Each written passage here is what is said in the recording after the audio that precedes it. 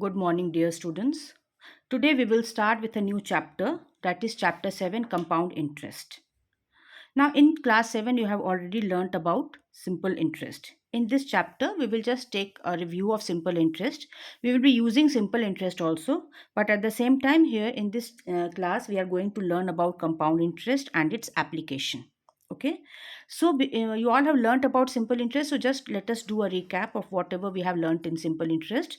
What is principal? The money which we borrow or lend someone is called principal. Okay, that is called principal amount. Then interest, the interest means what? The additional money which we pay or which is paid by the borrower to the money lender in for the money used or for the money which he has borrowed, that additional money is called interest, isn't it? Then amount, the total money which is to be paid by the borrower to the money lender is called amount. Now that amount is equal to what? That will be equal to the original amount which he has taken, that is the principal, and the additional money which he will be giving, that is the interest. So amount is equal to principal plus interest. Now rate means for how much percent the interest is paid. Okay, so it is the interest paid on rupees 100 for specified period. It is always given in percentage. Okay, so time, for how much time that person has taken loan or he has taken money, this is the time for which the money is borrowed or invested. Okay, then simple interest, it is the interest calculated on the original money, that is the principal, at a given rate of interest for any given time. So the formula for simple interest is P into R into T by 100, where P is the principal, R is the rate, and T is the time. Now we will be learning about compound interest. Now what is the difference between principal interest and compound interest? What is the difference between simple interest and compound interest? In simple interest, the principal remains constant for the whole loan period. Suppose I say that I have taken loan for 5 years. So my principal amount will remain the same for all the 5 years. That is called the simple interest. But in practical use, this method is not used. Actually, when we take loan from banks or insurance companies or any other financial institutions, they calculate interest in terms of compound interest. Now what happens in this? Their principal amount they take, okay, whatever, suppose I have taken 10,000 rupees as a loan, then what will happen? They will calculate the interest for 1 year, then they will add the interest to their principal amount.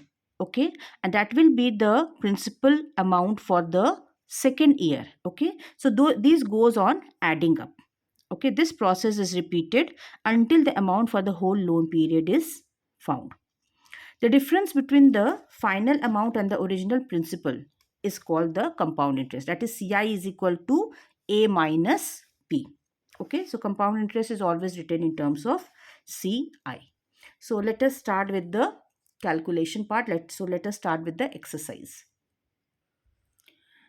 Exercise 7.1. Calculate the compound interest on rupees 6,000 at 10% per annum for 2 years. So what are the things given? Just see what are the informations given. P is 6,000. R, that is rate of interest, is 10% per annum, and T is 2 years.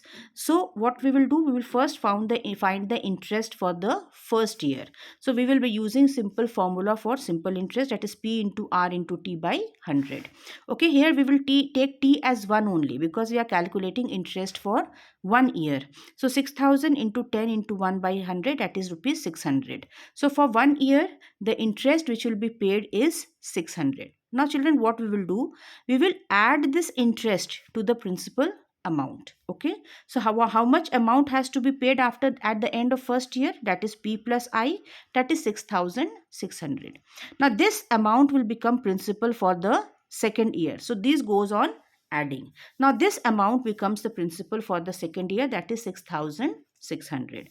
So interest for second year is P into R into T by 100. Again we will take T as 1 because we are again calculating the interest for only 1 year. Okay, so it will be again 660. So how much amount will be paid at the end of second year? Again P. Now what is P? What was P here? The amount which we had taken, 6,600, plus the interest which has come, that is 60, that is equal to 7,260. 60. So what is the compound interest for 2 years? That is the final amount. I have told you compound interest equals to CI equals to A minus P. So A, that is 72660, minus P, what was the original principal that we have to take? 6,000. So how much in compound interest is there? 1,260. In the same way, children, you will complete the whole exercise.